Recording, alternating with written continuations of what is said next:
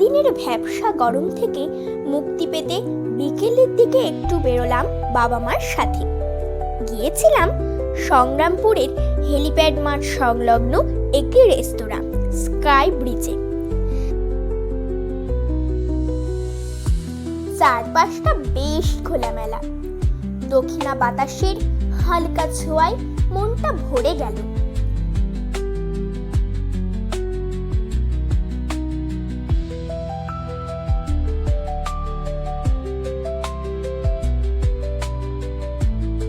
খাবারের স্বাদ মোটামুটি হলেও অ্যাম্বিয়েন্সটা কিন্তু দারুণ ছিল। দেখা হচ্ছে নেক্সট ভিডিওতে। টাটা।